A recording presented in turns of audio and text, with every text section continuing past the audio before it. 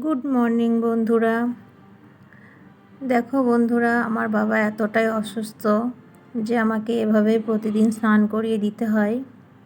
কারণ সে নিজে স্নান করতে পারে না, নিজে জল টেনে স্নান করতে পারে না, তাই আমাকে এভাবে স্নান করিয়ে দিতে হয়।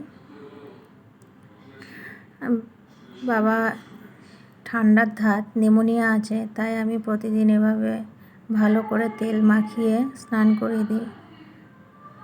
বলে না, বাচ্চা আর বুড়ো একই রকম, বেশি জলও সহ্য হয় না।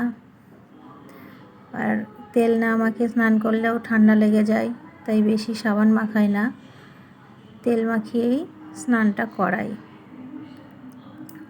এভাবে ভালো করে তেল মাখায়, রোজ মাখিয়ে নিয়ে তারপরে এভাবে স্নান করাই। চেয়ারে বসিয়ে, বেশিক্ষণ দাঁড়িয়েও থাকতে পারে না, ভালো করে স্নান করাই। আবার স্নান না করালেও রাতে ঘুম হবে না ভালো মতো, কারণ বাবার একটু নার্ভের প্রবলেমও আছে, ঘুমের ওষুধ না খেলে ঘুমোতে পারে না। তাই আমি ভালো করে একটু স্নান করিয়ে দিই, তবে খুব বেশি জল দিই না, অল্পই জল দিই। এভাবে ভালো করে স্নান করিয়ে দিয়ে তারপরে ভালো করে মুছিয়ে নিই,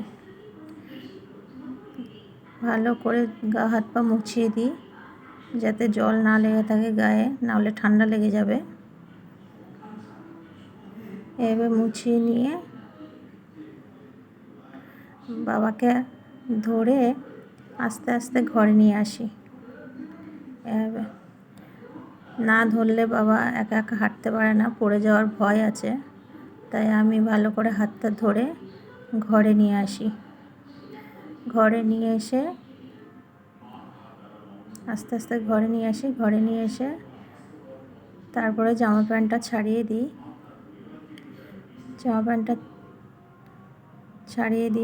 ছাড়িয়ে দেওয়ার পর গেঞ্জিটা আমি পরিয়ে দিচ্ছি। আমি প্যান্ট জামা আমাকেই পরাতে হয়, কারণ বাবা নিজে হাতে কিছুই করতে পারে না। গেঞ্জিটা এভাবেই পরিয়ে দিয়েছি, দিয়ে মাথাটা আশ্রিয়ে দিলাম।